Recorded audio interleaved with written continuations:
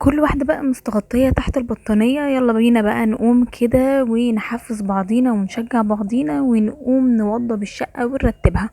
عايزة اقول لكم ان احنا معانا سيدة تركية بدأت ان هي تنظف اول حاجة وتنظمها، هي الأوضة بتاعتها، غرفة النوم بتاعتها.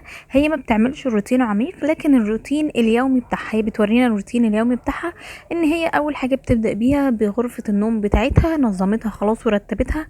وزي ما انتم شايفين كده خلاص دخلت على المطبخ. هو طبعا معمول من بالليل، فيدوب بس بتعمل خلطة التلميع. خلطة التلميع بقى دي عملت بيها ايه؟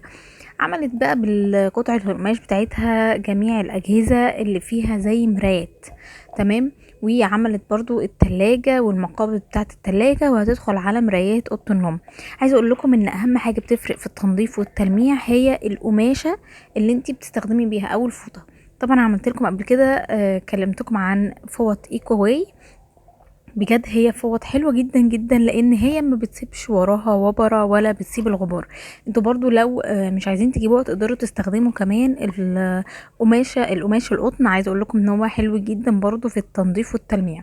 وهنا كانت خلاص بقى بدأت ان هي لمت اللعب بتاعه الاطفال بتاعتها في البوكس، ووديته بعد كده لغرفة النوم بتاعتهم. بدأت بقى تجيب المكنسة وتكنس.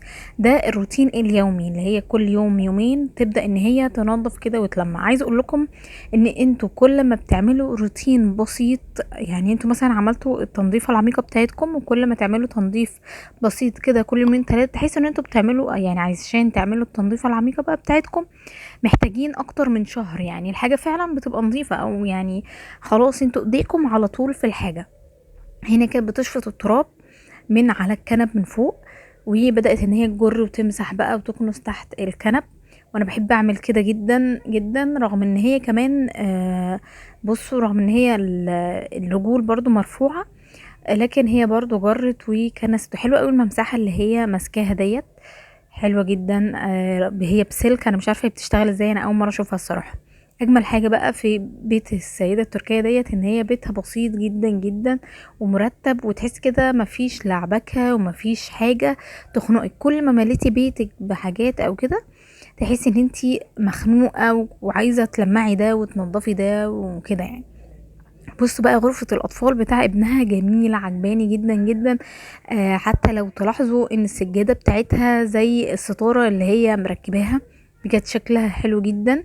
الله، بجد على الكراسي الجميلة اللي شبه السحابة دي. بحب قوي الأطفال، أوضة الأطفال تبقى جميلة كده. هنا بقى كانت بتورينا ان هي خلصت خلاص الشقة، وبدأت هتعمل لنا بقى وصفة ازاي تلمع يعني الحاجات الاستانلس وكده. عايزه اقول لكم بقى ان انا عندي في القناه انا منزله لكم وصفات كتير للاستانلس، لسه منزله وصفه للاستانلس وهميه لتنظيف الحلل، حلوه جدا جدا. هنا بتورينا بقى ان الوصفة ايه، يعني جايبة نتيجة حلوة قوي. هنا بقى عشان الحمام والتكلسات والجير، وبرضه انا كنت منزله لكم وصفة حلوة جدا للتكلسات، وازاي تشيل التكلسات من على جدران الحمام واي مرايات او اي حاجة عندك في الحمام.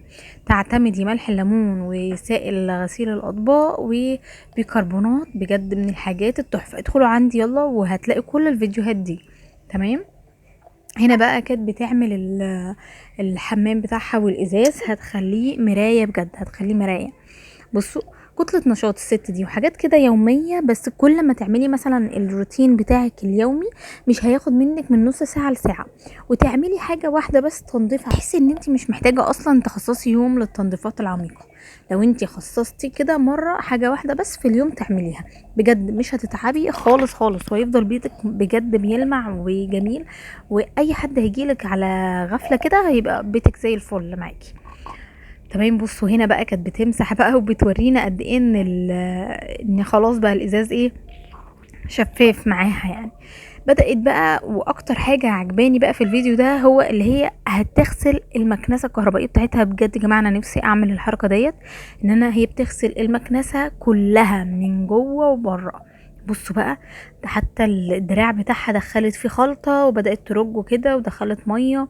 حلوة قوي قوي. وبتقول ان هو كمان ان ده خلى ان الشفط يكون احسن وما يطلعش روايح. كمان انا عندي المكنسة بدأت تطلع زي ريحة تراب، وبجد نفسي اعمل ان شاء الله، يعني هعمل معاكم روتين لتنظيف المكنسه، لان هي فعلا مضايقاني جدا، وانا عندي اطفال وعندهم حساسيه، فالموضوع ده مأثر علينا جدا جدا.